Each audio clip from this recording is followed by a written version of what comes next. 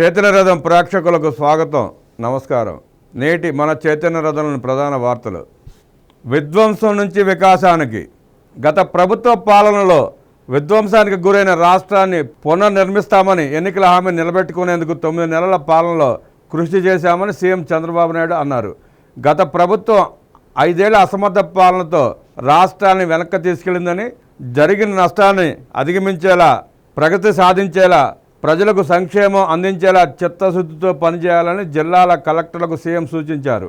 రానున్న రోజుల్లో ప్రజల కోసం, జిల్లా కోసం ఏం చేయాలనే దానిపై యాక్షన్ ప్లాన్ తయారు చేసుకోవాలని దిశానిర్దేశం చేశారు. ప్రజలపై కలెక్టర్ల ప్రభావం ఎక్కువ ఉంటుందని, మీ పనితీరుతో వచ్చే ఫలితాలు వారిపై శాశ్వత ప్రభావం చూపిస్తాయని చంద్రబాబు స్పష్టం చేశారు. 26 జిల్లాల కలెక్టర్ల పనితీరును నిరంతరం సమీక్షిస్తున్నామని తెలిపారు. గత పాలనలో చూసాం, నాటి ముఖ్యమంత్రి 2019-2024 మధ్యలో పనిచేసిన ముఖ్యమంత్రి తొలి కలెక్టర్ల సమావేశంలోనే ఎలా మాట్లాడాడో చూసాం. మొదటి 2, 3 కలెక్టర్ల మీటింగ్లో కూడా నేటి ముఖ్యమంత్రి చంద్రబాబు నాయుడు గారు ఎలా మాట్లాడుతున్నారో, రాష్ట్ర అభివృద్ధి కోసం ఎలా దిశానిర్దేశం చేస్తున్నారో చూసాం. నాటి 19-24 ముఖ్యమంత్రి డిస్ట్రక్షన్తో స్టార్ట్ చేస్తే, నేటి ముఖ్యమంత్రి చంద్రబాబు నాయుడు గారు ప్రగతి వైపు పరుగులు పెట్టిస్తున్నారు. ఆనాడు ఆయన కలెక్టర్ల సమావేశంలో చెప్పింది ఒకటే మాట, మా వాళ్ళు చెప్పింది చేయండి, ప్రజలకు ఏం చేయాల్సిన అవసరం లేదు అంటూ మొదలుపెట్టి తొలి మీటింగ్ ఇక్కడే, ఆఖరి మీటింగ్ ఇక్కడే అంటూ ప్రజావేదికను కూల్చి చూపించాడు. అది డిస్ట్రక్షన్ అంటే. తొలి మీటింగ్లోనే నాశనానికి అడుగులు ఎలా వేయాలో ఆనాటి కలెక్టర్లకు చూపించాడు జగన్మోహన్ రెడ్డి గారు. నేడు చంద్రబాబు నాయుడు గారు దిశానిర్దేశం చేస్తున్నారో, టార్గెట్ పెట్టుకుని రాష్ట్రాన్ని ఎలా అభివృద్ధి చేసుకుంటూ వెళ్లాలో చక్కగా వివరిస్తున్నారు. 2047 అంటే 2047 నాటికి మనం వెళ్ళిపోయి చూడటం కాదు. ఇప్పుడు ప్రణాళిక వేసుకుంటే, ఇప్పుడు మొదలు పెడితే సంవత్సరం ప్రతి సంవత్సరం ప్రగతి ఎలా పెంచుకుంటూ వెళ్ళవచ్చో, రాష్ట్రాన్ని ఎలా అభివృద్ధి చేసుకుంటూ వెళ్ళవచ్చో, తలసరి ఆదాయాన్ని ఇప్పుడు మొదలు పెడితే 2047కి ఎంత అవుతుందో చక్కగా వివరిస్తున్నాడు ఆయన. ప్రజా సంక్షేమం మీ బాధ్యత, సంక్షేమ ఫలాలు సక్రమంగా ప్రజలకు అందాలి, ప్రభుత్వం చేపట్టిన ప్రతి కార్యక్రమం చివరి స్థాయి వరకు చేరాలి, ప్రజలకు ఇచ్చే సంక్షేమ పథకాలను దానం చేసినట్టు కాకుండా గౌరవభావంతో ఇవ్వాలి, ప్రతి అధికారి బాధ్యతగా వ్యవహరించాలి, ప్రజలే ఫస్ట్ విధానంతో ముందుకు వెళ్ళాలి, మీరు చేసే ప్రతి పనిని సమీక్షిస్తున్నాం, పౌరులకు అందించే 22 సేవల నుంచి అభిప్రాయాలు తీసుకుంటున్నాం, ఈ ప్రభుత్వం మా కోసమే పని చేస్తుందన్న నమ్మకం ప్రజల్లో కలిగించాలి, చెప్పినట్టుగానే డిఎస్సి మెగా నోటిఫికేషన్ పకడ్బందీగా డిఎస్సి నిర్వహించాలి, 16,347 పోస్టులు ఉపాధ్యాయ పోస్టులు రేపు రాబోయే విద్యా సంవత్సరం లోపే పూర్తి చేసి ఉపాధ్యాయుల్ని ఆ విద్యార్థులకు అందించి చేసిన వాగ్దానాన్ని నిలబెట్టుకునేలా ప్రణాళికలు రచించాలని ముఖ్యమంత్రి గారు అధికారులకు దిశానిర్దేశం చేశారు. గతంలో రాష్ట్రంలో ఒకేసారి 150,000 ఉపాధ్యాయ పోస్టులు ఇచ్చిన ఘనత కూడా తెలుగుదేశం పార్టీదే, నారా చంద్రబాబు నాయుడు గారిదే. విజన్ మరొక డైరెక్షన్, స్వర్ణాంధ్ర 2047 డాక్యుమెంట్లో 10 సూత్రాలు పొందుపరిచాం. రాష్ట్రం, జిల్లా, నియోజకవర్గం, మండలం, గ్రామ సచివాలయ పరిధి వరకు ప్రణాళికలు ఉండాల్సిందే. జిల్లాలో విజన్ ఎగ్జిక్యూటివ్ చైర్మన్గా కలెక్టర్ ఉంటారు, నియోజకవర్గాలకు ఎమ్మెల్యే చైర్మన్గా ఉంటారు. రాష్ట్రంలో 55,000 కోట్ల విలువైన జాతీయ రహదారుల పనులు జరుగుతున్నాయి. 2 ఏళ్లలో ప్రాజెక్టులన్నీ పూర్తవ్వాలి. పర్యావరణ ఇతర అనుమతులకు కలెక్టర్లు చొరవ తీసుకోవాలని చంద్రబాబు సూచించారు. రాష్ట్రంలో కూటమి ప్రభుత్వం ఏర్పడిన తర్వాత 55,000 కోట్ల రూపాయల జాతీయ రహదారుల పనులు జరుగుతున్నాయి. వాటిని నిరంతరం సమీక్షించుకుంటా, వాటికి అవరోధాలుంటే తొలగించుకుంటా త్వరితగతిన పూర్తి చేయాలని ముఖ్యమంత్రి గారు సూచించారు. పాలనకు ప్రజామోదం ఉండాలి. కూటమి ప్రభుత్వం అధికారంలోకి వచ్చి 9 నెలలు అయింది. ఈ కొద్ది కాలంలోనే 3వసారి కలెక్టర్ల సమావేశం నిర్వహించుకుంటున్నాం.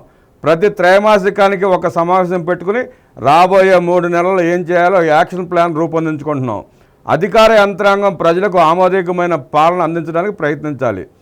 గత 5 ఏళ్ళు రాష్ట్రంలో విధ్వంసమే సాగింది, ప్రజాపాలన సాగలేదు. ఇలా కలెక్టర్ల మీటింగులు కూడా జరగలేదు. దీంతో ప్రజల్లో తీవ్రమైన అసహనం వ్యక్తమైంది. ఎన్నికల్లో కూటమికి 93% స్ట్రైక్ రేట్ వచ్చింది. దీనికి కారణం విధ్వంస పాలనను ప్రజలు ఆమోదించలేదు. కూటమి ప్రభుత్వంపై ఆశలతోనే 164 స్థానాలు ప్రజలు కట్టబెట్టారు. ఏదైతే ప్రజలు కోరుకున్నారో ఆ పాలన అందించడానికే కూటమి ప్రభుత్వం ఉంది.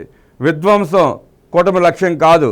అభివృద్ధే ధ్యేయంగా, ప్రజలను సంక్షేమ బాట నడిపించడమే ధ్యేయంగా, ప్రజలకు సంక్షేమ కార్యక్రమాలని సక్రమంగా అందేలా చర్యలు తీసుకోవాలని చెప్పి మంత్రి గారు ఈ సందర్భంగా కలెక్టర్లకు దిశానిర్దేశం చేశారు. ఆదాయంతోనే సంక్షేమం సాధ్యం. సంక్షేమం, అభివృద్ధి, స్వపరిపాలన అనే మూల స్తంభాలపైనే సుపరిపాలన ఆధారపడి ఉంటుంది. పేదరికం పోయి ప్రజలు సంతోషంగా ఉండాలంటే సంక్షేమ కార్యక్రమాల అమలు తప్పనిసరి. సంక్షేమ కార్యక్రమాలు అమలు చేయాలంటే తగినంత ఆదాయం కావాలి. అప్పులతో సంక్షేమ కార్యక్రమాలు అమలు చేస్తే స్థిరంగా కొనసాగవు. గత ప్రభుత్వం 9,74,000 కోట్ల రూపాయలు అప్పులు చేసింది. అప్పులు తీర్చాలి, వాటికి వడ్డీలు కట్టాలి అంటూ రాష్ట్ర ఆర్థిక వాస్తవ పరిస్థితిని సీఎం చంద్రబాబు కలెక్టర్లకు వివరించారు. 9,74,000 కోట్ల రూపాయల అప్పులంటే ప్రభుత్వం చేసిన అప్పులు, బకాయిలు కాకుండా ఉద్యోగస్తుల నిధి నుంచి 80,000 కోట్ల రూపాయలు సుమారుగా వాడుకున్నారు. అది అప్పు కింద వస్తుంది. అలాగే కాంట్రాక్టర్లకి తదితర బాకీల కింద 1,50,000 కోట్లు సుమారు ఉన్నాయి. అవన్నీ అప్పుల కిందకు వస్తాయి. కార్పొరేషన్ చేసిన అప్పులు ఇంకా దీంట్లో కలపలేదు. ఇవన్నీ కలుపుకుంటే సుమారుగా 12 నుంచి 13 లక్షల కోట్ల రూపాయలు అప్పులు చేశాడు జగన్మోహన్ రెడ్డి గారు. చాలా హామీలు నెరవేర్చాం. అధికారంలోకి వచ్చిన 9 నెలల్లోనే అనేక హామీలు నెరవేర్చాం. దేశంలో ఎక్కడా లేని విధంగా పెన్షన్ 4,000 ఇస్తున్నాం. 200 ఉన్న పెన్షన్ని 2014లో 2,000 చేశాం. ఇప్పుడు 3,000 నుంచి 4,000కి ఒకేసారి పెంచాం. 500 ఉన్న దివ్యాంగుల పెన్షన్ 3,000 చేశాం. దాన్ని మళ్ళీ ఇప్పుడు 6,000కి పెంచాం. కిడ్నీ వ్యాధిగ్రస్తులకు 10,000 ఇస్తున్నాం. మంచానికే పరిమితమైన వారికి మానవతా దృక్పథంతో 15,000 ఇస్తున్నాం. ఇంత మంచి కార్యక్రమాలు చేస్తున్నప్పుడు ప్రజలకు ఇవన్నీ తెలియజేయాలి. అందుకే ప్రతి నెల 1న పేదల సేవలో కార్యక్రమం నిర్వహిస్తున్నామని చంద్రబాబు పేర్కొన్నారు. అన్నా క్యాంటీన్లు సందర్శించండి. 2014-2019 మధ్యలో అన్నా క్యాంటీన్లు ప్రారంభించి పేదలకి కడుపు నిండా 3 పూట్ల అన్నం పెట్టిన ఘనత నాటి ప్రభుత్వంది. 19-24 మధ్యలో వచ్చిన ప్రభుత్వం వాటిని నిర్వీర్యం చేసి ఆ పథకాన్ని ఆపేసి పేదల కడుపు కొట్టింది. మళ్ళీ కూటమి ప్రభుత్వం 2024లో బాధ్యతలు చేపట్టాక 204 అన్నా క్యాంటీన్లు తెరిచి 3 పూట్ల వారికి కడుపు నిండా భోజనం పెట్టి ఆ పేదల కళ్ళల్లో ఆనందం చూస్తుంది. గత పాలకులు కన్నీళ్లు చూస్తే నేటి కూటమి ప్రభుత్వం ఆ పేద ప్రజల కళ్ళల్లో ఆనందం చూస్తుంది. ఆ అన్నా క్యాంటీన్ని సక్రమంగా నిర్వర్తించేలా తనిఖీలు చేస్తూ ఆ కార్యక్రమాన్ని దిగ్విజయంగా కొనసాగించాలని చెప్పి కలెక్టర్లకు ముఖ్యమంత్రి గారు ఆదేశించారు. దీపం 2 పథకం కింద ఏడాదికి 3 గ్యాస్ సిలిండర్లు ఇస్తున్నాం. ఇచ్చిన మాట ప్రకారం చెత్త పన్ను ఎత్తివేశాం. ల్యాండ్ టైటిలింగ్ యాక్ట్ రద్దు చేశాం. మత్స్యకారుల పొట్టగొట్టే 217 జీవో రద్దు చేశాం. గీత కార్మికులకు మద్యం షాపులో 10% వాటా కేటాయించాం. చేనేత వస్త్రాలపై జీఎస్టీ రద్దు చేశాం. మగ్గాలకు 200 యూనిట్లు, మరమగ్గాలకు 500 యూనిట్లు విద్యుత్ ఉచితంగా అందిస్తున్నాం. బీసీ ఎస్సీలకు ఇంటి నిర్మాణానికి 50,000, ఎస్టీలకు 75,000 అదనంగా ఇస్తున్నాం. ఈ వేసవి కాలంలో వడదెబ్బ తగిలి ఎవ్వరూ ప్రాణాలు కోల్పోయే పరిస్థితి ఉండకూడదు. ఎప్పటికప్పుడు ప్రజలను అప్రమత్తం చేస్తూ జాగ్రత్తలు సూచించాలి. ఎక్కడా తాగునీరు లేదనే మాట రాకూడదని కలెక్టర్లకు జాగ్రత్తలు చెప్పారు. 2027 నాటికి పోలవరం పూర్తి చేసి ఆ నిర్వాసితులకి కాలనీలు ఏర్పాటు చేసి పోలవరాన్ని కంప్లీట్ చేసి రాష్ట్రాన్ని సస్యశ్యామలం చేయాలన్న దృఢ సంకల్పంతో పనిచేస్తున్న నారా చంద్రబాబు నాయుడు గారు పోలవరం మీద రివ్యూ మీటింగ్లు పెట్టడం, పోలవరాన్ని సందర్శించడం చూస్తూనే ఉన్నాం. నిన్న కూడా కలెక్టర్ల సమావేశంలో అదే చెప్పారు ఆయన. 2027 నాటికి ఎట్టి పరిస్థితుల్లో పోలవరం పూర్తి అవ్వాలి అంతే. అమరావతి సెల్ఫ్ ఫైనాన్స్ ప్రాజెక్ట్ ప్రపంచంలోనే బెస్ట్ మోడల్గా అమరావతి అభివృద్ధి చేస్తున్నాం. ప్రజలు భాగస్వాములు అయ్యేలా చర్యలు ఉండాలి.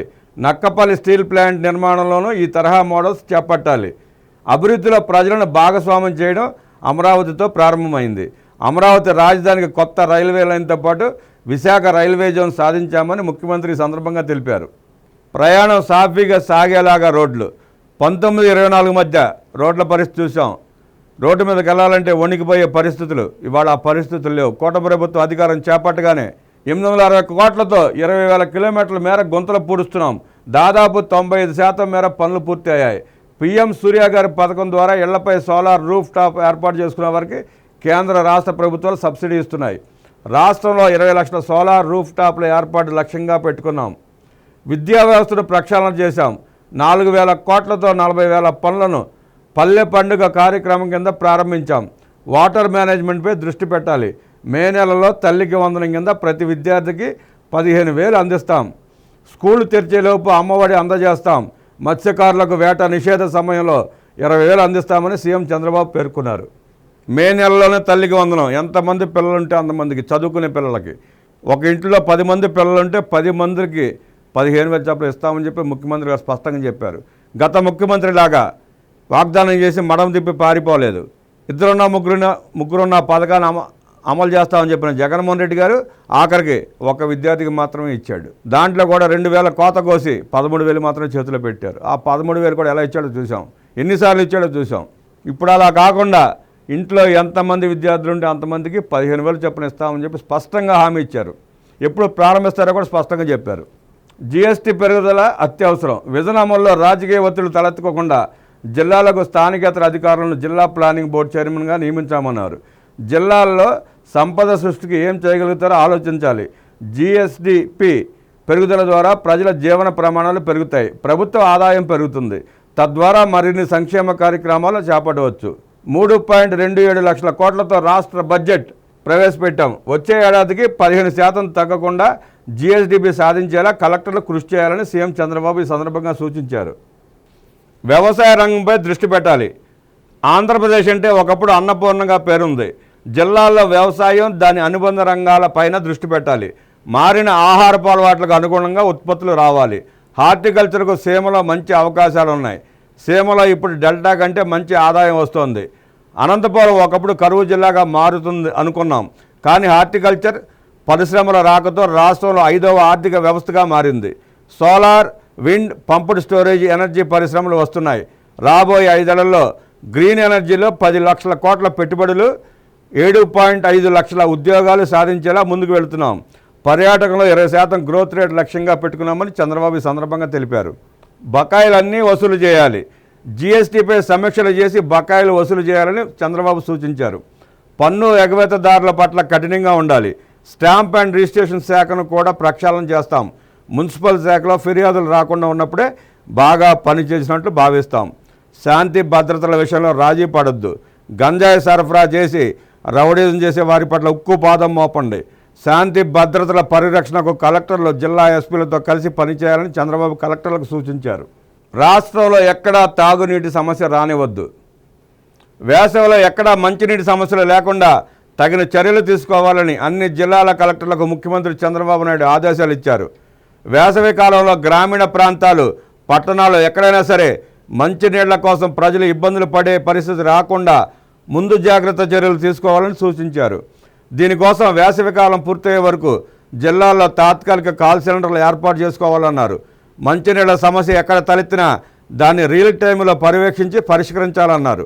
సమ్మర్ స్టోరేజీ ట్యాంకులను అన్నిటినీ నీటితో భర్తీ చేసుకోవాలన్నారు. ప్రజలకు మంచినీరు అందించే ఏర్పాట్లకు సంబంధించి ఎక్కడా నిధులకు కొరత లేదని జిల్లా కలెక్టర్లు దీనిపై ప్రత్యేక దృష్టి సారించాలన్నారు. వేసవి నీటి ఎద్దడి ఎదుర్కోవడంలో హేతుబద్ధంగా పనిచేయాలని, అప్పుడే ప్రజలు మన పనులు హర్షిస్తారన్నారు. రాష్ట్రంలో ఎక్కడా కూడా తనకు మంచినీటి సమస్య కనిపించకూడదని ఆ దిశగా చర్యలు తీసుకోవాలని కలెక్టర్లను సీఎం చంద్రబాబు ఆదేశించారు. జిల్లాల ఆదాయంలో అనూహ్యంగా మార్పులు వచ్చాయి. రాష్ట్రంలో వెనకబడిన జిల్లా అనుకున్న అనంతపురం జిల్లా నెంబర్ 1 స్థానానికి వచ్చింది. 3వ కలెక్టర్ల సదస్సులో ముఖ్యమంత్రి చంద్రబాబు జిల్లాల మధ్య తలసరి ఆదాయంలో వచ్చిన మార్పులపై ఆసక్తికరమైన వ్యాఖ్యలు చేశారు.